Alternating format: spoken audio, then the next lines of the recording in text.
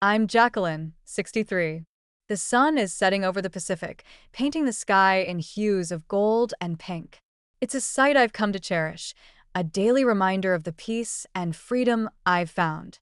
But as I sit here on my deck, memories of the past 2 years flood back, memories that still sting with betrayal and heartache.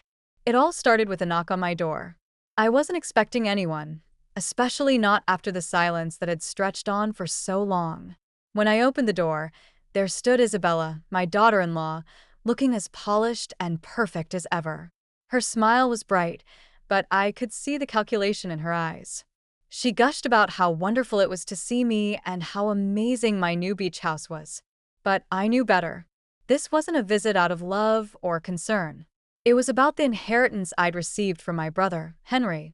Henry and I had a strained relationship. We'd had a falling out over our parents' estate years ago, and we hadn't spoken in ages.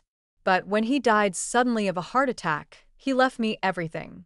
His beach house in Malibu, worth over $2 million, along with investment accounts and a life insurance policy that made me financially secure for the first time since my husband's death. Before that, I was fighting for my life. I was diagnosed with breast cancer 2 years ago.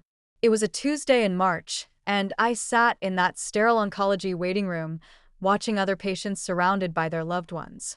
I felt so alone. I called my son, Ethan, to tell him the news. He was 39, a successful businessman living in a big suburban house with Isabella and their son, little Ethan. But he was too busy. He told me he was in a meeting and asked if I could text him instead. My own son couldn't spare 2 minutes to hear that his mother might die. The first chemotherapy session was a nightmare. I walked into the treatment center alone, while every other patient had someone by their side. The nurse, a kind woman named Lily, noticed and asked if someone was coming to pick me up. I lied and said my ride was running late. After the session, I drove myself home in a chemical haze. I called Ethan again that night. Isabella answered. When I told her about my chemotherapy and cancer, she was shocked, but it felt more like she was processing it as a business matter. I asked if they could visit that weekend. She said they were too busy. Ethan's work, little Ethan's soccer, and her mother's health issues. They promised to figure something out soon, but soon never came. Week after week, I sat in that chemo chair, watching other families support each other. There was Mrs.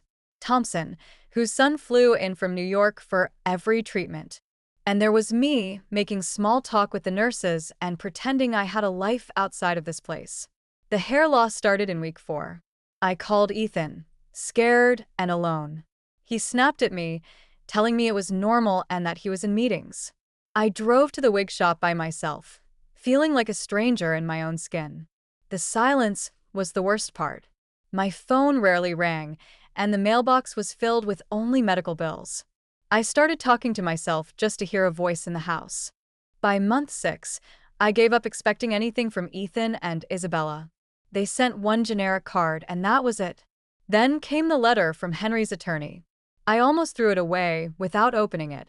But when I read the contents, my life changed. I was going to inherit his fortune. I finished my treatments in remission, and I moved into the beach house. It was a fresh start, away from the disappointment of my family. But Isabella's visit changed everything. After she left, my neighbor, Mrs.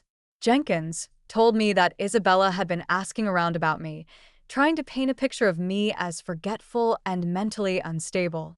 I started to dig deeper. I visited my old neighborhood, talked to my neighbors, and found out that Isabella had been spreading lies about me for years. She told them I was making strange decisions and forgetting important things. I also called my oncologist's office and got my medical records. It turned out that Isabella had called several times, fishing for evidence of my supposed cognitive decline. There was none.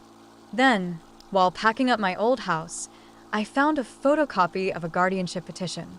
Ethan was planning to have me declared mentally incompetent so he could control my finances.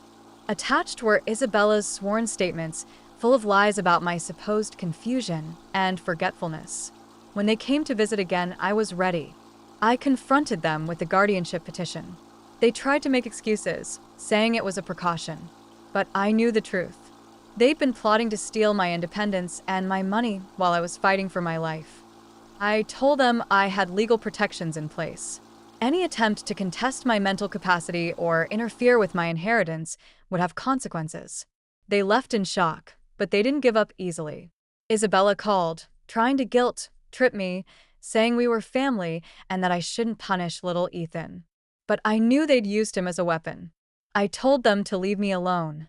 They showed up at my house again, this time without little Ethan. I didn't answer the door. That evening, I called my lawyer, Mr.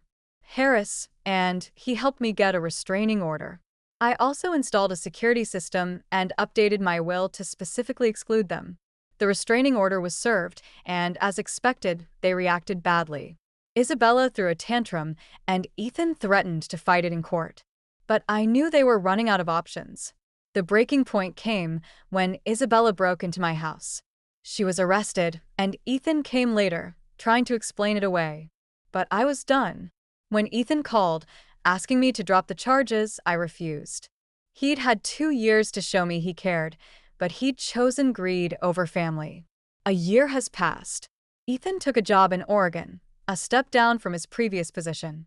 Isabella moved back to her hometown in Texas with little Ethan, and the custody battles are ongoing. They've destroyed not only their relationship with me, but also their own family. I've found a new family here. Mrs. Jenkins brings me homemade cookies, and I've joined a book club and a pottery class. I've learned that the price of absence is paid by those who choose not to be present. I've gained myself, and that's more valuable than anything they could have taken from me. Now, as I sit here watching the sunset, I'm content.